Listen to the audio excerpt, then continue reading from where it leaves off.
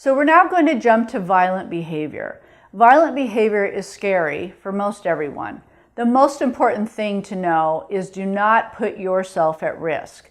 I wouldn't want you to confront an individual. You're not required or asked to do that. In fact, try to get other employees and students away from the area and evacuate them as best you can. If nothing else, ask them to just step outside that classroom area. One of the most important things about violent behavior is once those parties have left the area, we're going to ask you for a description. Descriptions are really important because that's really all we're going to have to go on after the fact.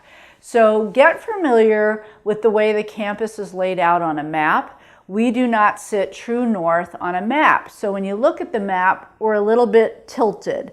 So I want you to think of our main entrance as the south side of the campus. North is the track and field. To the east of us is the 800 Music Building and the Greenwood parking lot. And think of the west as the very large parking lots that we typically call event parking. And that's kind of the direction of the campus on the map.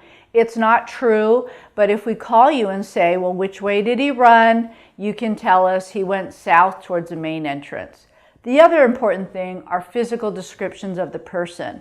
And we're going to ask you for that, and the police will also ask you for that if they're called to the scene. It's important to look at the person and try to get a general idea of what they looked like. Height, weight, race, those things are all helpful. If you don't know though, it's better to say, I don't know. Just say, I don't know. There's no harm in that. As humans, we try to be helpful and we want to tell the police a description.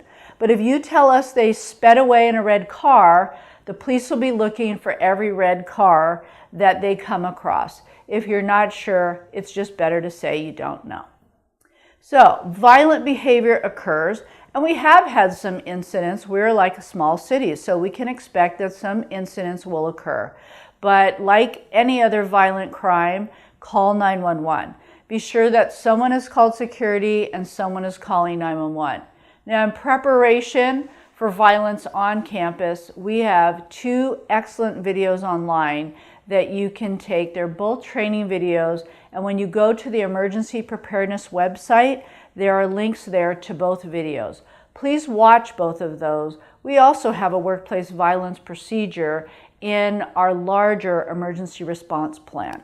So take a look at those so that you're preparing in advance for what to do in a violent situation.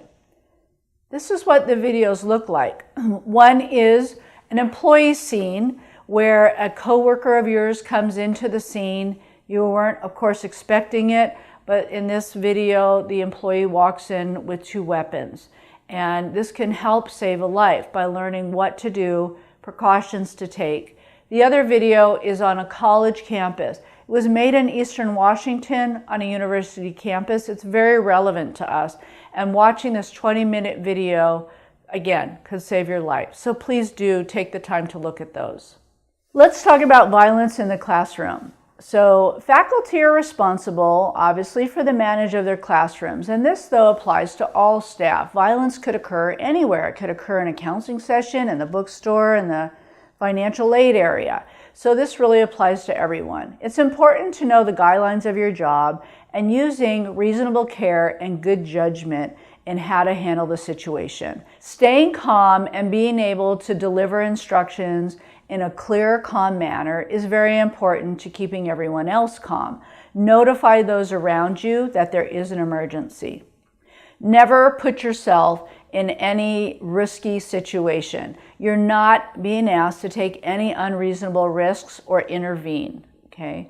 Never try to stop or prevent someone from leaving in an emergency situation. It's hard to know if they may be involved in that situation, if it's a fight in the classroom, a robbery, those kind of situations. It's best to not intervene and let that person leave. Work within the scope of your employment guidelines and just be sure that you do not take any unreasonable risks, okay? And the other important thing is just to prepare in advance. If you do teach, it's good to have some emergency information in the class syllabus share where the evacuation sites are, and instruct the class that in the event of an emergency, you may ask them to follow you to an emergency evacuation site. But be familiar with where the sites are and look at some of the training options that we have online that go with this training.